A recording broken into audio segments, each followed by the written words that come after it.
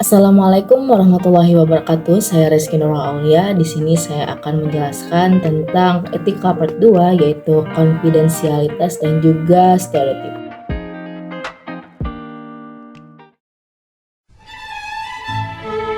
Oke, yang pertama ada konfidensialitas. Konfidensialitas itu adalah hak untuk melindungi informasi narasumber atau informasi itu sendiri dari pihak ketiga dalam kondisi tertentu.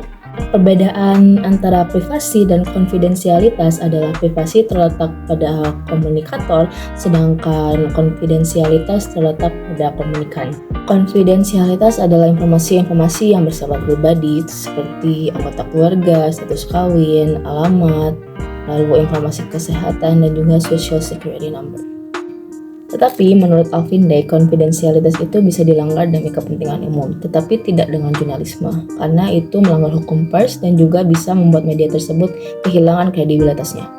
Tetapi jika dilihat pada saat ini, banyak media-media jurnalisme yang terkadang bisa melanggar hukum pers karena adanya tekanan dalam persaingan, terus pendukung dalam finansial, dan juga masyarakat secara umum.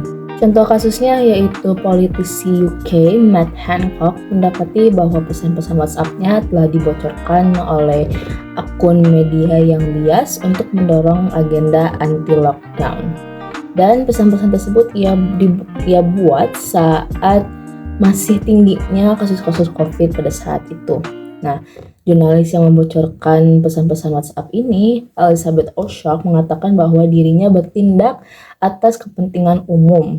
Elizabeth menyatakan bahwa dirinya ingin menggali kebenaran karena UK terus membuka tutup negaranya akibat lockdown karena alasan yang tidak jelas ditambah dengan alasan-alasan politik. The millions of people, every one of us in this country, that were adversely affected by the catastrophic decisions to lock down this country repeatedly, often on the flimsiest of evidence for political reasons. Yet you helped Matt Hancock write a book justifying all those very Why? decisions. Because I wanted to get to the truth of it. Tentunya lockdown ini memberi dampak yang sangat besar terhadap warganya. Untuk saat ini, Elizabeth mengatakan bahwa ia tidak khawatir dengan tuntutan-tuntutan legal yang diberikan oleh Matt Hancock kepadanya karena ia yakin bahwa tindakannya ini benar dan semua warga memiliki hak untuk mengetahui tindakan-tindakan politisi mereka. Ditambah ketika menulis perjanjian tertulis dengan Matt Hancock, tidak ada hal yang memspesifikkan mengenai pesan-pesan WhatsApp. Oke, yang selanjutnya adalah stereotip. Stereotip adalah gambaran kaku yang sangat digeneralisasikan mengenai kelompok atau kelas orang tertentu. Ini bisa positif atau negatif, tergantung tanggapan sosial. Oke, mengapa bisa muncul stereotip? Yang pertama, manusia membutuhkan sesuatu untuk menyederhanakan realitas kehidupan yang bersifat kompleks. Yang kedua, manusia ingin selalu menurunkan rasa cemasnya atau anxiety ketika berhadapan dengan hal baru sehingga mereka menggunakan stereotip. Yang ketiga, manusia butuh sesuatu yang ekonomis untuk menggambarkan dunia di sekitar mereka. Dan yang keempat, manusia tidak mungkin mengalami semua hal secara bersamaan, karena itu mereka mengandalkan informasi dari pihak lain. Dalam hal ini adalah media yang kemudian bisa menghasilkan stereotip. Menurut Alvin Day, stereotip ada karena sifat dasar manusia yang selalu mencari kesamaan dalam suatu hal, sehingga stereotip menjadi konten hiburan dan juga informasi massal. Dan menurut Lippmann, stereotip adalah suatu cara untuk melihat dunia secara keseluruhan. Manusia memang mengandalkan testimoni dari orang lain untuk menambah pengetahuan mereka, karena manusia tidak mungkin mengalami suatu dua hal yang berbeda tempat secara bersamaan. Media di sini berfungsi sebagai mata dan telinga untuk kita mengamati dunia di sekitar kita ketika kita tidak bisa mengalaminya secara langsung.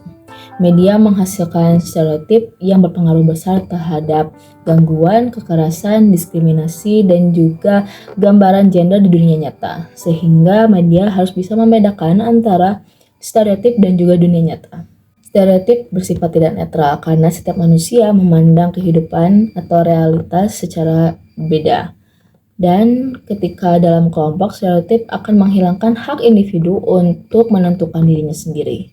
Oke, contoh kasusnya yaitu ketika munculnya COVID-19 pada tahun 2020 lalu mengakibatkan meningkatnya Asian hate di Amerika. Tak hanya kepada turunan Tionghoa saja, tetapi ini Asian hate ini terjadi pada semua ras Asia yang tinggal di Amerika. Warga AS kebanyakan menyalahkan para orang Asia karena datangnya bencana COVID-19 ini.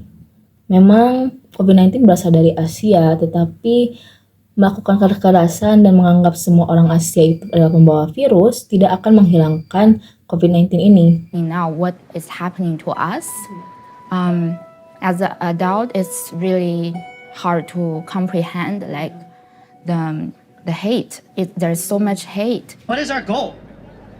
To empower other voices, to give voice to the voiceless, to show the world that we will not stand for injustice and that we will not be silenced. Ini merupakan contoh stereotip negatif dan sampai saat ini Asian American yang masih tinggal di AS masih memperjuangkan keselamatan mereka dalam gerakannya yaitu Stop Asian Hate.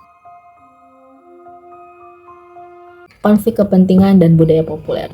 Konflik di sini memiliki 3 penyebab, yaitu yang pertama perbedaan komunikasi, yang kedua perbedaan struktural, dan yang ketiga perbedaan kepribadian. Di sini konflik kepentingan terjadi pada dua belah pihak, yaitu penguasa dan pengusaha. Media yang dimiliki oleh pejabat tertentu tentunya akan memiliki konflik kepentingan, yaitu apakah media tersebut akan berpihak pada penguasa atau pada publik.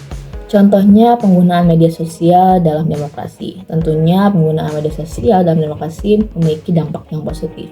Tetapi sebaliknya dengan AS. Pemerintah di AS menggunakan media sosial sebagai sarana untuk membagi warga mereka.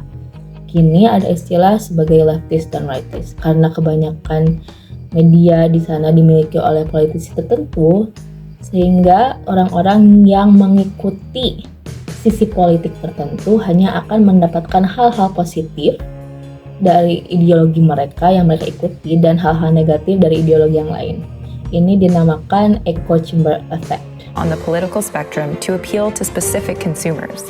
This mode of political influence, where partisan media is incentivized to ignore stories that don't fit the narrative, is one of the most dangerous threats we face as a society. If we continue to live in separate realities, how will we come together to solve common problems?